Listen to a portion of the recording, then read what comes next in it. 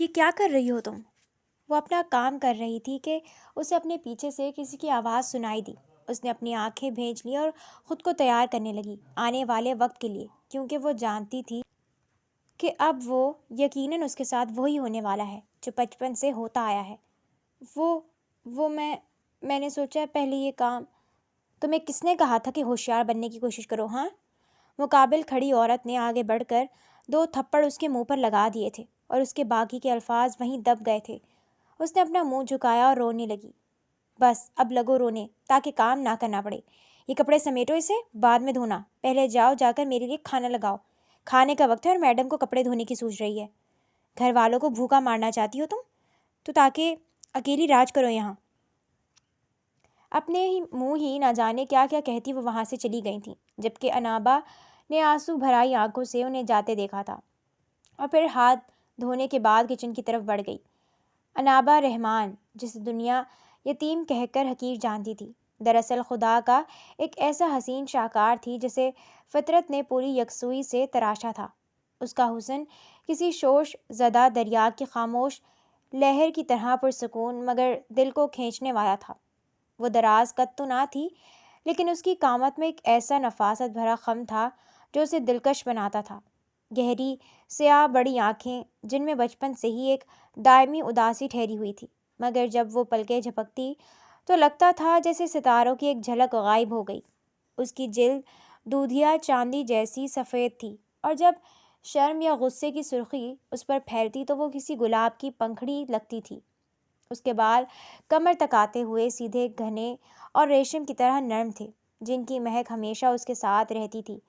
اس کی سب سے منفرد چیز اس کے ہونٹوں کی بناوٹ تھی، قدرتی طور پر ہلکے گلابی اور ایک خاص معصومانہ خم لیے ہوئے، مگر اس حسن کے پس منظر میں گہرا کرب چھپا تھا۔ اسے ہمیشہ احساس دلایا جاتا کہ وہ بوجھ ہے۔ بات بات پر اس کی ماں کی موت، جس کے بعد اس کا باپ بھی چل بسا، کا طعنہ دیا جاتا۔ بچی ہونے کے باوجود اس پر گھر کے بھاری کاموں کا بوجھ ڈالا گیا۔ اس کے نازک ہاتھ برتن دھو دھو کر کھردرے ہو چکے تھے اور اس کا جسم مسلسل تھکن سے نڈھال رہتا تھا۔ سب سے بڑھ کر انابا کی خوبصورتی اس کی سب سے بڑی دشمن بن گئی۔ چچی اسے شک کی نگاہ سے دیکھتی تھی اور چچا زاد بھائیوں کے ناپاک عزائم سے بچنے کے لیے وہ ہر وقت خوف کے سائے میں جیتی تھی۔ سر، دبئی کا وہ اہم کانٹریکٹ ہمارے ہاتھ سے نکل گیا ہے۔ آخری وقت میں ہمارے حریف جاوید صاحب۔ بند کرو یہ بکواس، اس کی گرجدار آواز کار کے اندر گونجی، جس سے اس کا ڈرائیور بھی خوفزدہ ہو گیا۔ اس نے فون تقریباً گالی دیتے ہوئے بند کیا اور اسے پچھلی سیٹ پر پھینک دیا۔ اس کے ماتھے پر غصے کی گہری لکیریں ابھر آئی تھیں۔ میں نے اسے خاص طور پر کہا تھا کہ مجھے کوئی بھی غلطی قبول نہیں ہے۔ ایک غلط فہمی اس کمپنی کو ڈبو سکتی ہے۔ شہرام مراد نے دانت پیستے ہوئے کہا۔ شہرام مراد ایک متضاد شخصیت کا مالک تھا۔ وہ مراد ہولڈنگز کا چیف ایگزیکٹو تھا اور اس کا وجود اقتدار کی جیتی جاگتی تصویر تھا۔ وہ ایک بے پناہ خوبصورت اور مردانہ شخصیت کا مالک تھا۔ 6 فٹ سے زیادہ لمبا، اس کا جسم تلوار کی طرح سیدھا اور جم جانے کی وجہ سے سخت تھا۔ اس کی گندمی رنگت، اس کے تیکھے نقوش اور کٹی ہوئی داڑھی اس کی شخصیت کو مزید پرکشش بنا دیتے تھے، لیکن اس کی سب سے خطرناک چیز اس کی تیز شعلہ فشاں آنکھیں تھیں، سرمئی مائل بھوری آنکھیں جو غصے میں انگاروں کی طرح دہک اٹھتیں، کسی بھی کمزور انسان کی روح کو ہلا دینے کی صلاحیت رکھتی تھیں۔ شہرام کی کار اب مراد ہولڈنگز کی 35ویں منزل پر واقع اس کے شاندار آفس کے پورچ میں رکی۔ یہ بلڈنگ شہر میں اقتدار اور کامیابی کی علامت تھی۔ شیشے کی دیو قامت عمارت میں داخل ہوتے ہی ہر شخص اس کے آگے جھک گیا۔ وہ اپنے ارد گرد کسی کو خاطر میں نہیں لاتا تھا، اس کا وجود ہی ایک چلتا پھرتا قانون تھا۔ وہ سیدھا اپنے دفتر میں داخل ہوا، جہاں اس کے سینئر ایگزیکٹوز خوف زدہ چہروں کے ساتھ اس کے انتظار میں کھڑے تھے۔ دبئی کانٹریکٹ کے نکل جانے کی وجہ سے فضا میں تناؤ چھایا ہوا تھا۔ یہاں میرے سامنے کھڑے ہو کر میری تنخواہ کا بوجھ بڑھانے کی ضرورت نہیں ہے، شہرام نے اپنی کرسی پر بیٹھتے ہوئے کہا۔ اس کی آواز دھیمی تھی لیکن اس کی گونج دل دہلا دینے والی تھی۔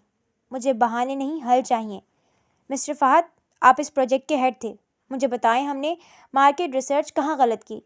فہد نے کانپتے ہوئے ایک فائل آگے بڑھائی۔ سر، جاوید نے مارکیٹ ریٹ سے 10% کم کی پیشکش کر دی تھی، جبکہ آپ کا طے شدہ اصول ہے کہ ہم معیار پر سمجھوتہ نہیں کریں گے، فہد نے کہا۔ شہرام نے گہرا سانس لیا۔ اس کی آنکھوں میں ایک نئی چمک ابھری جو غصے کے ساتھ عزم کی تھی۔ اصول نہیں بدلیں گے، ہم اپنی حکمت عملی بدلیں گے۔ وہ کرسی سے اٹھا اور کانفرنس ٹیبل کی طرف بڑھا۔ اس نے مارکر اٹھایا اور بورڈ پر ایک نیا نقشہ کھینچنا شروع کر دیا۔ اس کے دماغ کی تیزی اور فیصلوں میں غیر معمولی وضاحت تھی۔ اگلے 1 گھنٹے تک اس نے اکیلے پوری میٹنگ کو کنٹرول کیا، تمام مدِ مقابلوں کی حکمت عملی کو چھیتڑوں کی طرح پھاڑ ڈالا اور دبئی کا نقصان برداشت کرتے ہوئے اس سے بڑا اور زیادہ منافع بخش پروجیکٹ دوحہ میں حاصل کرنے کا نیا لائحہ عمل تیار کر دیا۔ یہ نقصان نہیں، یہ ہماری غلطی کا بوجھ ہے، اس نے قلم بورڈ پر رکھتے ہوئے کہا۔ اور مراد ہولڈنگز کبھی کسی غلطی کا بوجھ زیادہ دیر تک نہیں اٹھاتی۔ ہمیں ہر قیمت پر جیتنا ہے۔ نکلیں اور کل صبح تک مجھے ایک فائنل رپورٹ دیں۔ اس کے جانے کے بعد ایگزیکٹوز نے سکھ کا سانس لیا۔ وہ ایک سخت گیر، غیر لچکدار اور ڈکٹیٹر باس تھا، لیکن وہ یہ بھی جانتے تھے کہ شہرام مراد ہی وہ شخص تھا جو ان کی کمپنی کو عالمی سطح پر لے جا سکتا تھا۔ اس وقت شہرام کی زندگی میں صرف اقتدار، مقابلہ اور جیت تھی۔ انابا ایک تنگ و تاریک باورچی خانے میں کام کر رہی تھی۔ اس کا چہرہ پسینے اور چولہے کی گرمی سے سرخ ہو چکا تھا۔ رات کا وقت تھا۔ چچی، چچا زاد بھائی اور بہن دسترخوان پر بیٹھ چکے تھے اور انابا کو ان کی خدمت کرنی تھی۔ وہ ہر ایک کی پلیٹ میں خاموشی سے کھانا ڈال رہی تھی۔ اس کے قدم زمین پر آہستگی سے پڑ رہے تھے۔ اس کی خاموشی ان کے لیے حوصلہ افزائی کا باعث بنتی تھی۔ ارے، تم نے سالن میں نمک کیا اتنا کم ڈالا ہے؟ یا تمہیں ہماری صحت کی زیادہ فکر ہونے لگی ہے؟ چچی نے منہ بگاڑتے ہوئے کہا۔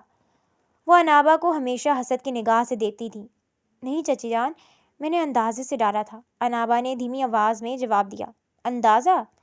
چچا زاد بھائی سمی نے کہکہا لگایا۔ اس بدبخت کے تو سارے اندازے ہی غلط ہوتے ہیں، ورنہ یہ آج اس گھر میں کیوں ہوتی؟ چچی نے ہاتھ سے اشارہ کیا اور کھانے کا مگ اس کے ہاتھ سے چھین لیا۔ دور ہٹو، یہ زہر تم نے خود کیوں نہیں کھا لیا؟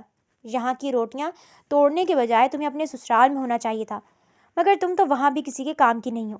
انابا کا دل زخموں سے چور ہو رہا تھا۔ وہ جانتی تھی کہ یہ لوگ اسے اسی طرح اذیت دیتے رہیں گے۔ اس کا ماں باپ اس دنیا سے جا چکے تھے اور دادی اماں اب بھی دوسرے شہر میں بیمار پڑی تھیں۔ اٹھاؤ یہ پلیٹیں اور جا کر باہر سحر میں فرش پر بیٹھ کر کھاؤ، چچی نے نفرت سے کہا۔ یہ دسترخوان تمہاری جگہ نہیں ہے، تم اس قابل نہیں ہو۔ انابا نے ایک نظر ان سب پر ڈالی۔ اس کی آنکھوں میں آنسو تھے، مگر اس نے انہیں پلکوں کے اندر ہی قید کر لیا۔ اس نے ایک لفظ بھی نہیں کہا۔ خاموشی سے پلیٹیں اٹھائے اور زمین پر بیٹھ کر وہ کھانا کھانے لگی جو اس نے خود محنت سے بنایا تھا۔ یہ جسمانی سختی سے زیادہ اس کی روح کا استحصال تھا جو انابا کو دن رات کھائے جا رہا تھا۔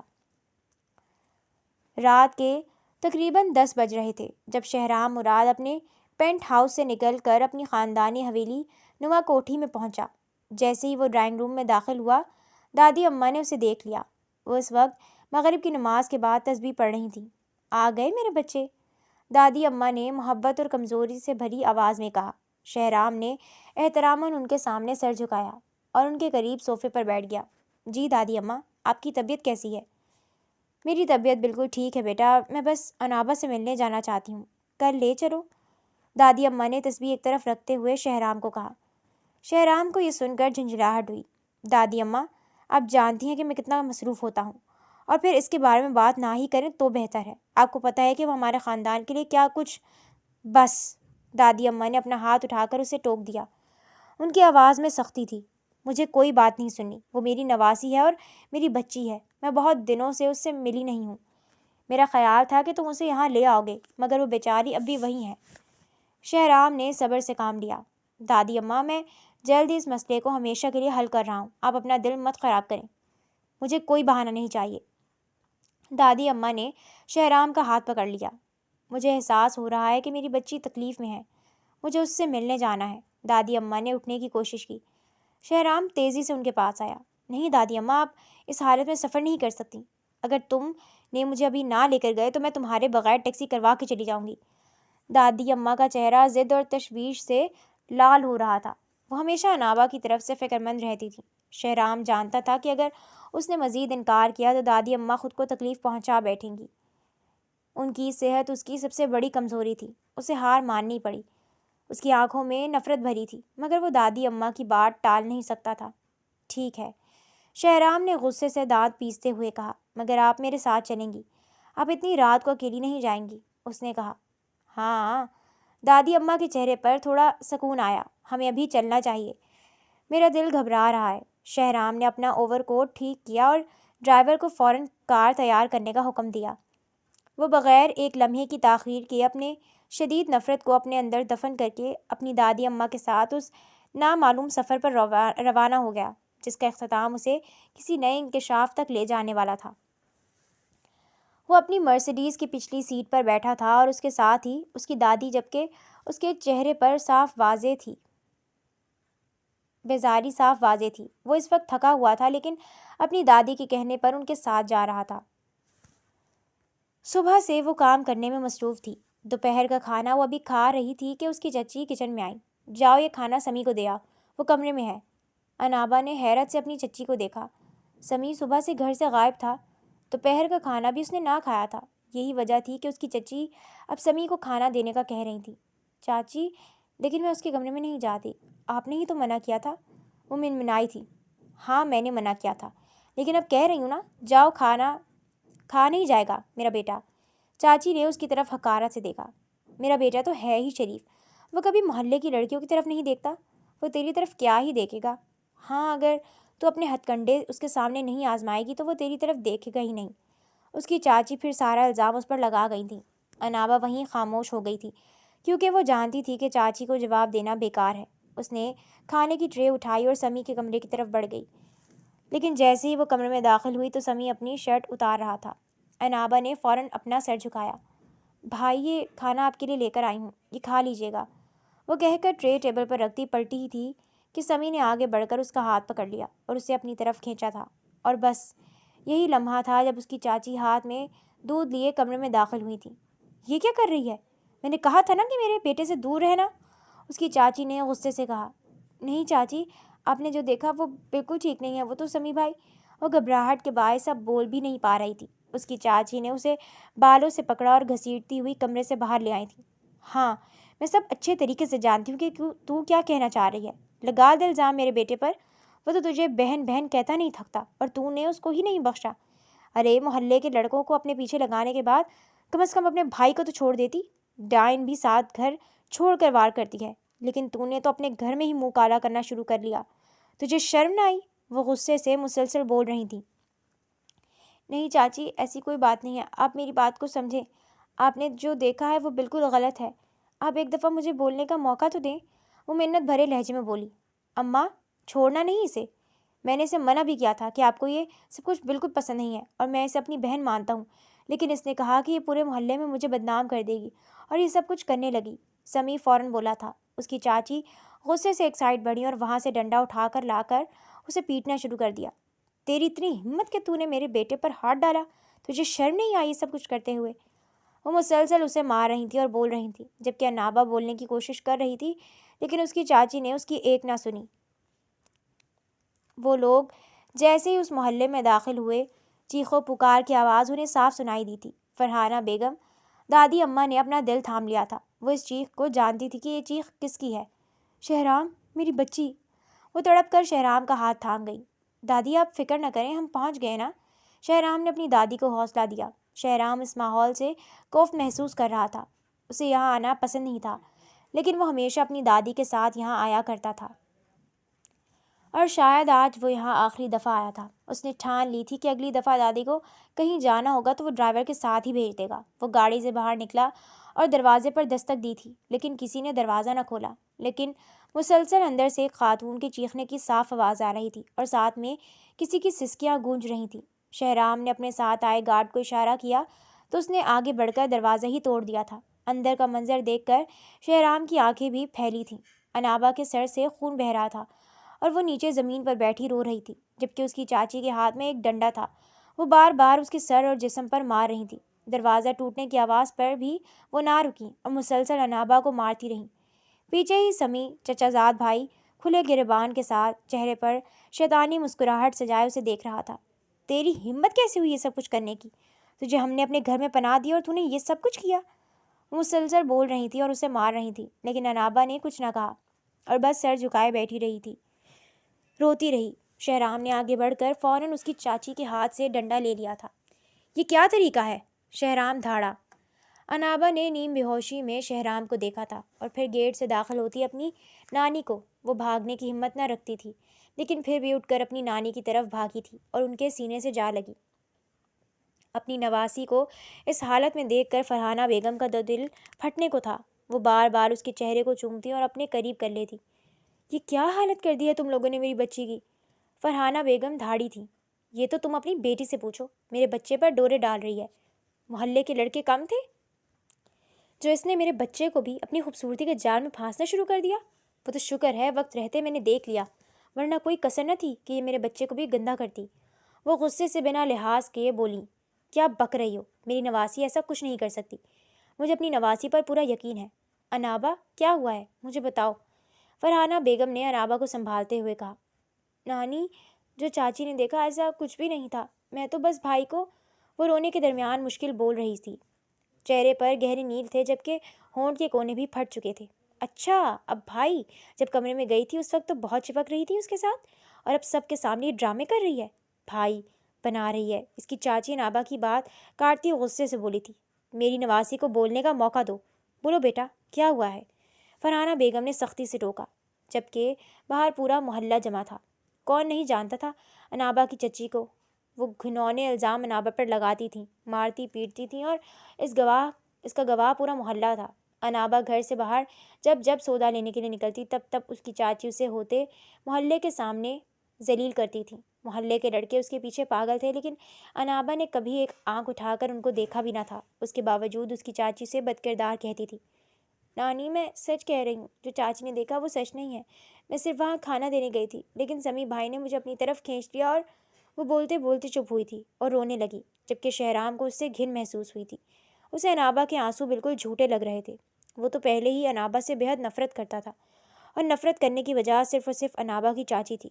جب شہرام اپنی دادی کی انابا سے بات کروانے کے لیے کال کرتا تو اس کی چاچی ہمیشہ اس کے کردار کے قصیدے شہرام کے سامنے پڑھ دیا کرتی تھی، اور یہی وجہ تھی کہ شہرام اس سے چڑھنے لگا تھا۔ اسے یہ لڑکی ایک آنکھ نہ بھاتی تھی اور اسے بالکل پسند نہ تھا کہ اس کی دادی انابا سے ملے، لیکن اس کے باوجود اپنی دادی کا خیال کرتے وہ ہمیشہ ناپسندیدگی سے انہیں ملنے کے لیے کہہ دیا کرتا تھا۔ بس اب میری نواسی کے بارے میں تم کچھ نہیں بولو گی۔ میں اپنی بچی کو یہاں مزید نہیں رہنے دے سکتی، میں اسے اپنے ساتھ لے کر جا رہی ہوں، فرحانہ بیگم نے غصے سے کہا۔ ہاں ہاں، لے جائیں، اس گند کے ڈھیر کو ہمارے گھر سے جلدی نکالو، ہم بھی تو یہی چاہتے ہیں، اس کی چاچی روب سے بولی تھی۔ فرحانہ بیگم نے غصے سے شہرام کی طرف دیکھا۔ شہرام نے قہر برسا دینے والی نظروں سے انابا کی چاچی کو دیکھا تو وہ وہیں پر خاموش ہو گئی تھی۔ شہرام اپنی دادی کی طرف بڑھا جو انابا کو سہارا دیے کھڑی تھی۔ انابا کو اب اپنا کھڑا رہنا بھی محال لگ رہا تھا، بس یہی وجہ تھی کہ وہ اپنی بوڑھی جان نانی کا سہارا لیے بمشکل کھڑی تھی۔ فرحانہ بیگم نے شہرام کو اشارہ کیا تو شہرام نے نہ چاہتے ہوئے بھی آگے بڑھ کر انابا کو اپنی باہوں میں بھرا تھا اور وہاں سے نکلتا چلا گیا، جبکہ اس کی نانی ایک نظر اس گھر پر ڈالتی غصے سے پلٹ گئی تھی۔ پورا محلہ سرگوشیاں کر رہا تھا، کوئی شکر کر رہا تھا تو کوئی اس کی چاچی پر لعنت ملامت، تو وہاں کی کچھ عورتیں انابا کا حال دیکھ اس کے لیے دعا گو تھیں۔ پورا راستہ انابا روتی آئی تھی، جبکہ فرحانہ بیگم مسلسل اسے چپ رہنے کی تلقین کر رہی تھی۔ راستے میں آتے شہرام نے اسے ایک اچھے ڈاکٹر کو دکھایا تھا اور بینڈیج کروا لینے کے بعد وہ اسے اپنے ساتھ لیے سیدھا حویلی میں آیا تھا، لیکن فرحانہ بیگم بالکل خاموش ہو گئی تھی۔ انابا کو کمرے میں چھوڑ دینے کے بعد شہرام اپنی دادی کے پاس آیا تھا۔ دادی، آپ بالکل چپ ہو گئی ہیں، کیا ہوا ہے؟ وہ فکرمندی سے بولا۔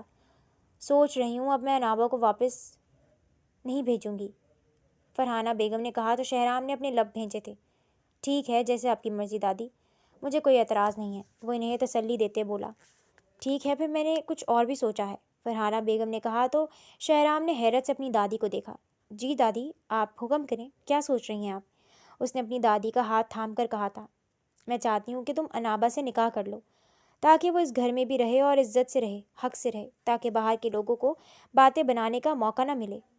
فرحانہ بیگم نے کہا تو شہرام کی پیشانی پر بل نمایاں ہوئے تھے۔ یہ ہرگز نہیں ہو سکتا، میں اور اس لڑکی سے نکاح؟ ہرگز نہیں۔ وہ فوراً اپنی دادی کا ہاتھ چھوڑتا کھڑا ہوا تھا۔ کیوں نہیں ہو سکتا؟ وہ میری نواسی ہے اور مجھے بے حد عزیز ہے، میں اس طریقے سے اسے روتے سسکتے نہیں دیکھ سکتی، تمہیں اس سے نکاح کرنا ہوگا، وہ فیصلہ کن انداز میں بولی۔ دادی، میں ایک کھلے خیالات کی لڑکی چاہتا ہوں جو میرے ساتھ قدم سے قدم ملا کر چلے، جو مجھے سمجھے۔ بس میں اس سے نکاح نہیں کر سکتا دادی، مجھے مجھ جیسی لڑکی چاہیے، وہ بھی فیصلہ کن انداز میں بولا تھا۔ ٹھیک ہے، پھر صبح تک سوچ لو کہ تم اس سے نکاح کرو گے یا نہیں۔ مجھے صبح اپنا فیصلہ بتا دینا تاکہ مجھے بھی فیصلہ لینے میں آسانی ہو، لیکن یاد رکھنا تمہارا فیصلہ میری زندگی بچا بھی سکتا ہے اور زندگی لے بھی سکتا ہے، اور یہ یقین جانو تم صرف ایک جان جانے کے ذمہ دار نہیں ہوگے، میں اپنے ساتھ انابا کو بھی زہر دے دوں گی تاکہ اسے میری موت کے بعد کسی کے ظلم سے دو چار نہ ہونا پڑے۔ اب تم جا سکتے ہو کمرے سے، وہ کہہ کر اپنا چہرہ پھیر گئی تھی۔ شہرام نے ایک سرد آہ بھری اور کمرے سے نکلتا چلا گیا۔ اس کی دادی نے صاف صاف کہہ دیا تھا کہ وہ اس کا نکاح کسی بھی حال میں اس سے کروائیں گی۔ یہ سوچنے کا وقت دینا تو محض صبح تک کا بہانہ تھا کہ وہ شہرام کو ٹال سکیں۔ شہرام سیدھا اپنے کمرے میں گیا تھا۔ میں اس لڑکی کو بخشوں گا نہیں، آخر یہ لڑکی سمجھتی کیا ہے خود کو؟ شہرام غصے سے دھاڑا تھا۔ ٹھیک ہے، دادی چاہتی ہے نا کہ میں تم سے نکاح کروں، میں تم سے نکاح کروں گا، لیکن تمہارا سانس تک لینا میں محال کر دوں گا۔ وہ پختہ ارادہ کرتا ڈریسنگ روم میں بند ہوا تھا۔ صبح کا سورج طلوع ہوا تو شہرام اپنے وقت کے مطابق تیار ہو کر کمرے سے نکلا تھا، لیکن جیسے ہی وہ کمرے سے باہر آیا تو سامنے ہی ڈرائنگ ہال میں اسے اپنی دادی بیٹھی ہوئی دکھائی دی۔ ایک سائڈ پر انابا ڈری سہمی سی بیٹھی تھی، جبکہ دوسری سائڈ پر کچھ لوگ بیٹھے تھے۔ شہرام ان سب کو دیکھ کر سمجھ گیا تھا کہ دادی اپنا فیصلہ لے چکی ہیں۔ شہرام نے کچھ نہ کہا اور خاموشی سے چلتا ہوا اپنی دادی کے قریب آ کر بیٹھا تھا۔ فرحانہ بیگم نے ایک نظر شہرام کے چہرے پر ڈالی اور پھر ملازمہ کو اشارہ کیا تو ملازمہ نے آگے بڑھ کر انہیں ایک لال دوپٹہ دے دیا۔ انہوں نے وہ لال دوپٹہ خاموشی سے انابا کے سر پر اوڑھ دیا تھا۔ انابا نے اپنی نانی کا ہاتھ مزید مضبوطی سے پکڑ لیا تھا۔ اس کی نانی نے اسے سمجھا دیا تھا کہ وہ اس کا نکاح شہرام سے کروانا چاہتی ہیں اور یہی ایک محفوظ پناہ ہے اس کے لیے۔ اسی لیے انابا نے بھی خاموشی سے شہرام سے نکاح میں ہی بہتری جانی تھی، کیونکہ وہ بچپن سے لے کر اس وقت تک سختیاں دیکھ چکی تھی اور وہ اپنی نانی کی محبت سے بہت اچھے طریقے سے واقف تھی۔ اسے اپنی نانی پر یقین تھا کہ وہ اب اس کے ساتھ زیادتی نہیں ہونے دیں گی۔ بس یہی وجہ تھی کہ وہ خاموشی سے نکاح کے لیے مان گئی تھی، لیکن وہ یہ نہیں جانتی تھی کہ اس کے لیے مزید سختیاں اب آنے والی ہیں۔ چند گواہوں کی موجودگی میں خاموشی سے ان کا نکاح کروایا گیا۔ شہرام نے نکاح کے بعد ایک نظر بھی انابا پر ڈالنا مناسب نہ سمجھا اور وہ اپنی دادی کو اب بنا اللہ حافظ کہے وہاں سے نکلتا چلا گیا تھا۔ میری بچی، ہمیشہ خوش رہو، اب تم میرے پاس ہو نا؟ تمہیں کسی بھی قسم کی کوئی بھی پریشانی ہو تو مجھے بتانا۔ اب تمہیں کسی سے ڈرنے کی ضرورت نہیں ہے، اور اگر تمہیں شہرام کچھ کہتا ہے تو سب سے پہلے تم مجھے بتاؤ گی، سمجھی میری بات؟ وہ حوصلہ دینے والے انداز میں بولنی تو انابا نے اس بات میں سر ہلایا تھا۔ پورا دن انابا اپنی نانی کے ساتھ رہی تھی اور اسے بار بار حوصلہ دیتی رہی تھی اور سمجھاتی رہی تھی کہ شہرام کس شخصیت کا مالک ہے۔ رات میں جب شہرام کے گھر آنے کا وقت ہوا تو فرحانہ بیگم نے اسے شہرام کے کمرے میں بھیج دیا تھا، جبکہ انہوں نے کہہ دیا تھا کہ جب شہرام آئے گا تو کھانا ان کا دونوں کا وہ کمرے میں ہی بھیج دیں گی۔ انابا اس وقت شہرام کے کمرے میں بیٹھی تھی اور کمرے کا جائزہ لے رہی تھی کہ اچانک ہی وہ کمرے میں تن فن کرتا داخل ہوا۔ اس کی آنکھوں میں قہر تھا۔ شہرام نے اپنا کوٹ اتار کر ایک سائڈ پر پھینکا۔ اوہ، تو تم آخر آ ہی گئی میرے کمرے میں، چلو بہت کمال، اب مجھ پر بھی ذرا آزماؤ، ذرا اپنے ہتھ کنڈے مجھ پر بھی ڈورے ڈالو جو تم اپنے محلے میں لڑکوں پر ڈالتی رہی ہو۔ وہ ایک حقارت بری نظر اس کے جسم پر ڈالتا بولا تھا، جبکہ اس کے منہ سے ایسے الفاظ سن کر انابا اپنی جگہ پر کھڑی ہو گئی تھی۔ اس نے کچھ نہ کہا اور بس اپنا سر جھکا لیا۔ اسے تو لگا تھا کہ شہرام اس سے نرمی سے بات کرے گا، محبت سے بات کرے گا، بالکل اسی طریقے سے جس طریقے سے اس کی نانی نے کی تھی، لیکن یہاں تو سب کچھ برعکس چل رہا تھا۔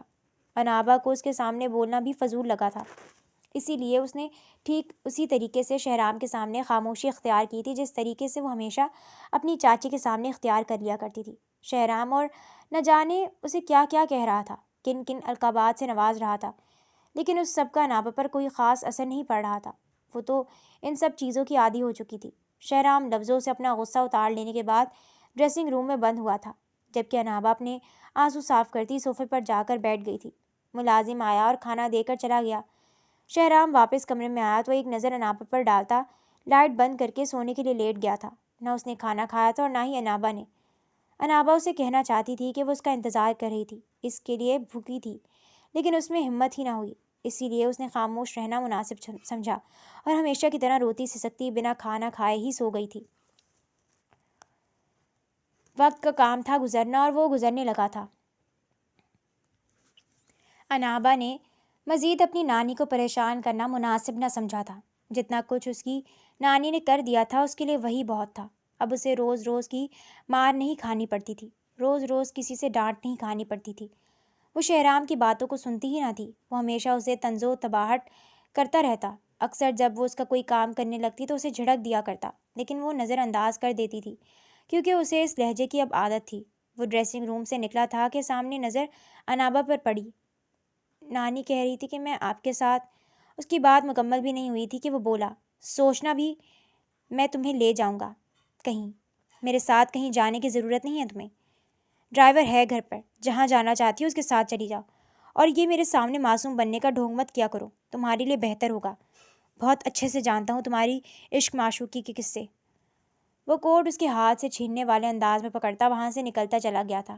انابا نے آنسو بھری آنکھوں سے کمرے کے بند دروازے کو دیکھا تھا اور وہیں زمین پر بیٹھتی چلی گئی تھی۔ اللہ، آخر کتنا صبر کروں اور آخر کتنا برداشت کروں، اب مجھ سے برداشت نہیں ہوتا، آخر کب تک اپنے کردار پر یہ بے بنیاد الزام برداشت کرتی رہوں؟ آخر انہیں احساس کیوں نہیں ہوتا کہ اگر میں خاموش ہوں تو مجھے ان کی باتوں سے تکلیف ہوتی ہے؟ کیا یہ صرف زبان سے کہی جانے والی باتوں کو سمجھتے ہیں؟ وہ روتے ہوئے بولی تھی۔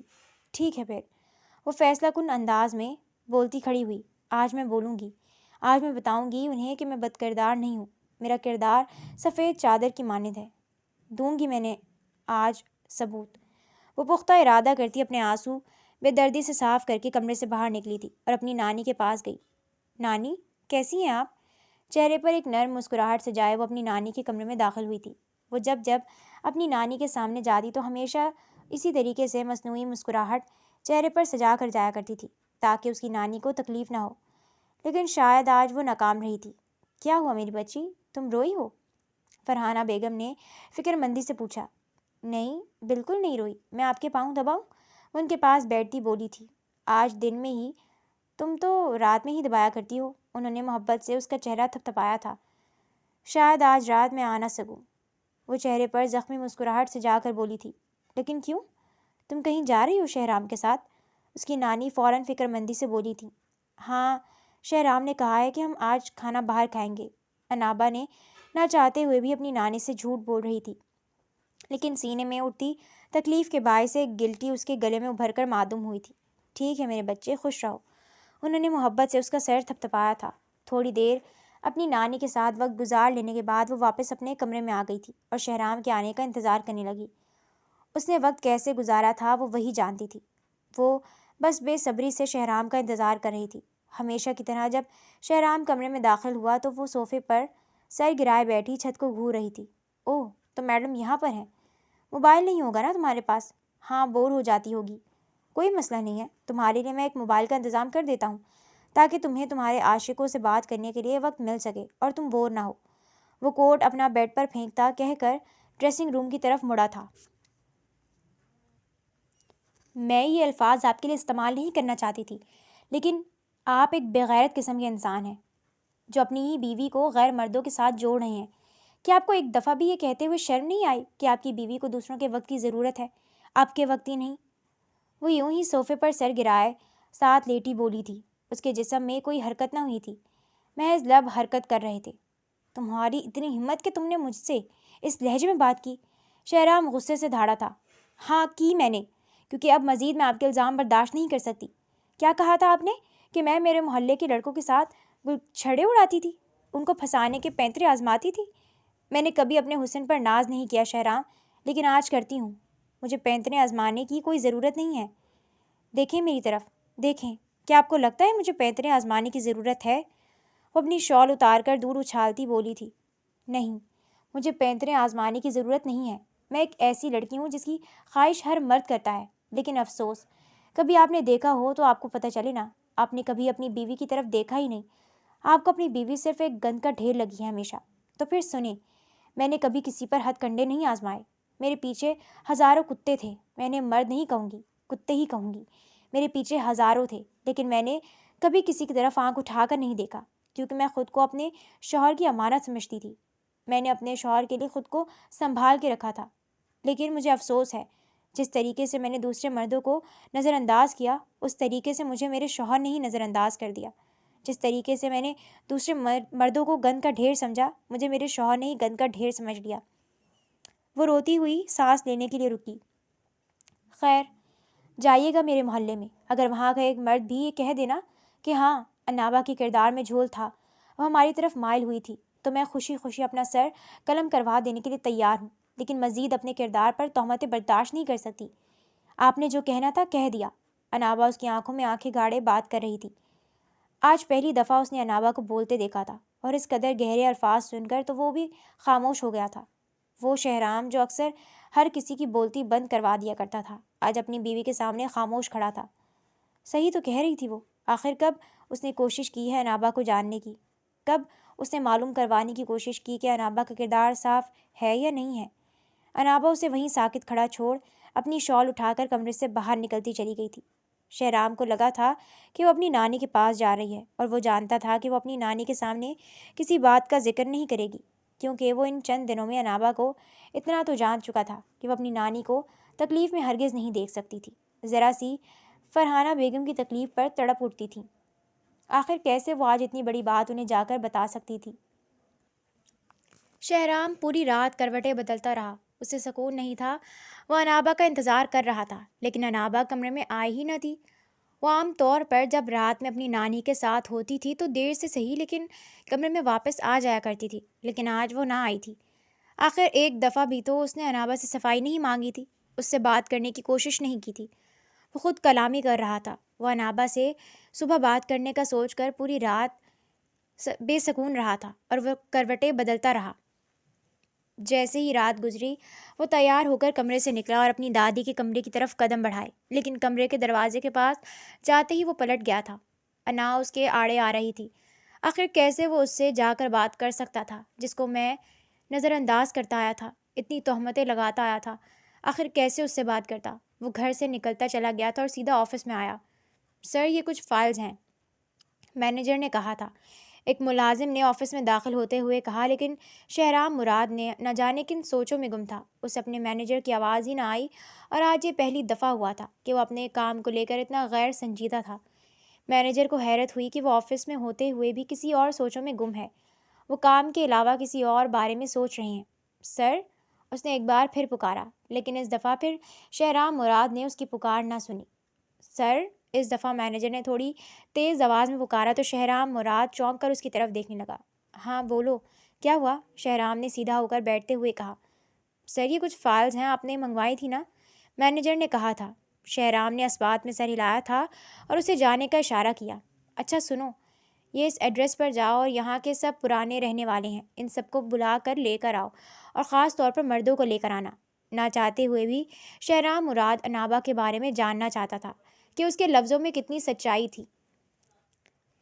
مینیجر نے حیرت سے وہ ایڈریس اٹھایا اور اس بات میں سر ہلا کر وہاں سے چلا گیا تھا۔ شہرام نے بے دلی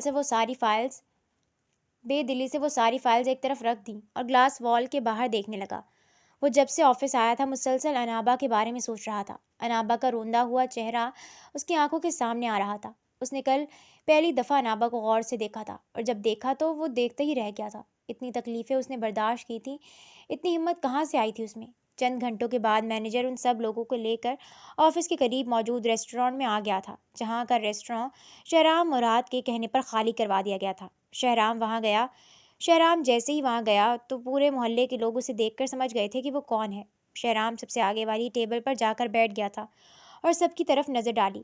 آپ بیٹھ جائیں، مجھے آپ سے کچھ بات کرنی ہے۔ شہرام نے بیٹھنے کا کہا تو ان میں سے سب سے بزرگ آدمی بولا تھا، انابا بیٹی کیسی ہے؟ جبکہ اس کے پیچھے کھڑے سب نوجوان کی نظروں میں بھی فکر مندی تھی۔ ایک پل کے لیے تو اسے پھر سے انابا سے نفرت محسوس ہونے لگی تھی۔ آخر ان لڑکوں کی نظروں میں اس کے لیے فکر مندی تھی کیوں؟ لیکن ان کو نظر انداز کرتا مسکراتا ہوا بولا، وہ بالکل ٹھیک ہے، بیٹھیں آپ لوگ، مجھے آپ لوگوں سے کچھ بات کرنی ہے۔ شہرام نے کہا تھا تو وہ سب لوگ بیٹھ گئے تھے۔